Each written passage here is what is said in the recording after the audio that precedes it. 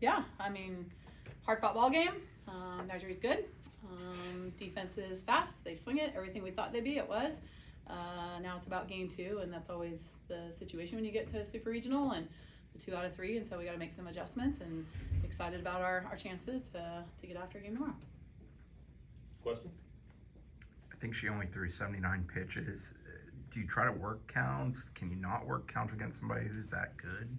Yeah, How do you balance that? Yeah, I think game 1, if you can get into game 2, maybe game 3, maybe you start to spread the zone a little bit more, make her throw a few more pitches.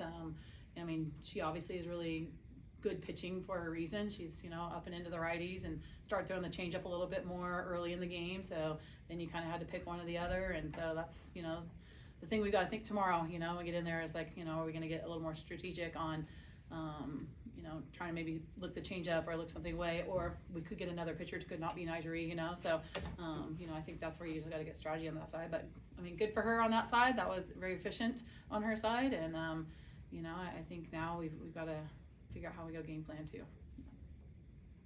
Michaela, how effective was she at just mixing up speeds and locations? Absolutely. When we talk about the overall pitch count being like late 70s, that's pretty good. That's a really efficient ball game. I think she did a great job pumping strikes. And if we flip the script a little bit on our end of our standard, we try to get leadoff outs really often, just because it really stops the opponent's momentum. And that's exactly what she did to us. I believe she got 5 out of 7 innings of the leadoff out.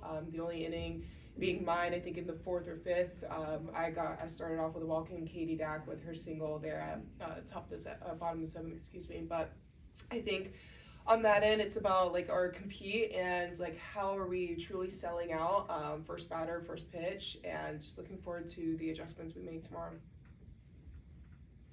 It seemed like there were a lot of foul ball outs in this game. Was that more because you were trying to, I guess I should direct this to someone, Michaela,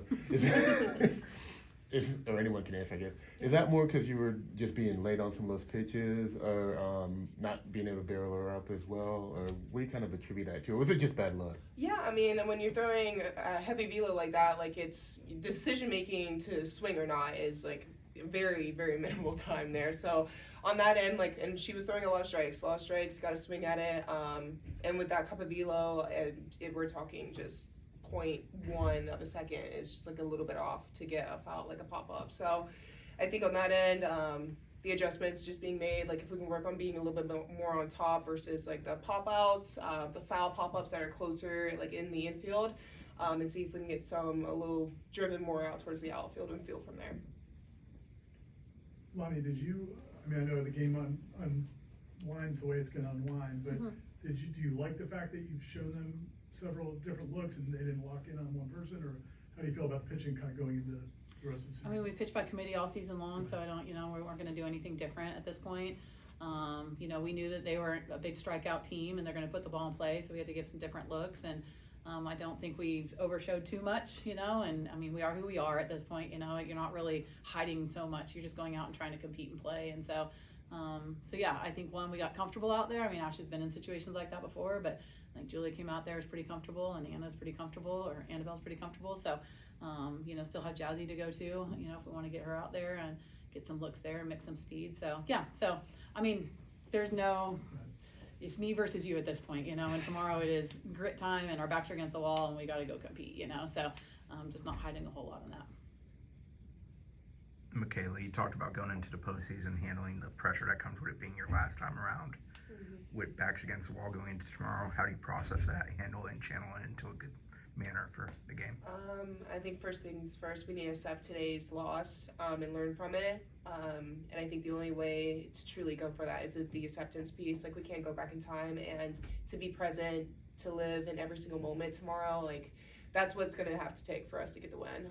All 21 of us being present and just accepting our process for what it is. If we're getting hard ground balls, that's a win, and we're just trying to celebrate all the little things, because we know that it takes one swing, one pitch during a ball game to make the difference. So,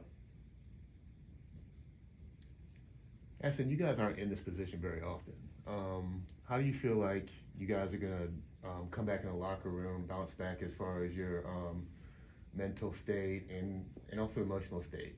Yeah, I mean, kind of just like what Mick just said. I mean, accept it and kind of move on. We have a lot of information on them, and just outsmart them and just do what we do and continue to do what we do regardless of who they put out there tomorrow.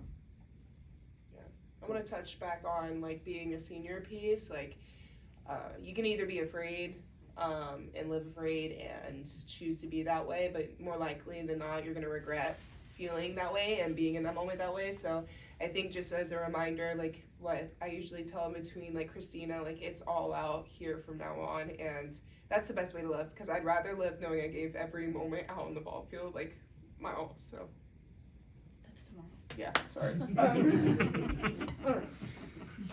I still get emotional. Any other questions? Last thing, just Lonni, did you feel, I mean, obviously Kennedy deserves a ton of credit, but did you feel like your approaches were where they need to be, or is that something that you guys can get better with?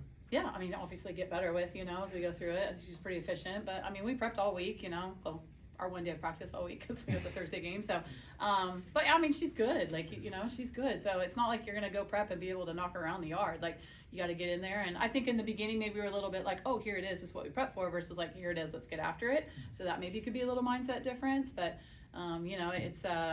it's a little bit of a unicorn pitch. When you're talking 70 to 73 miles an hour, you don't see that every day. And it's got up and it's got sweep and it's got all kinds of movement. So I think, everyone's like, hey, you practice hit it. It's just not that easy to do. So now that we've got some chances at it and they're flipping some change ups too, like now you have to make decisions. Which one do you want?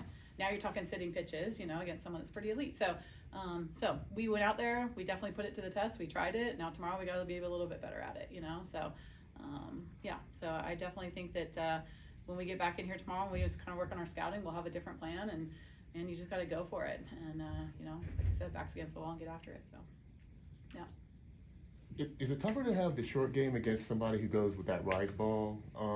Because I saw you had in the 5th inning where you had first and second with one out.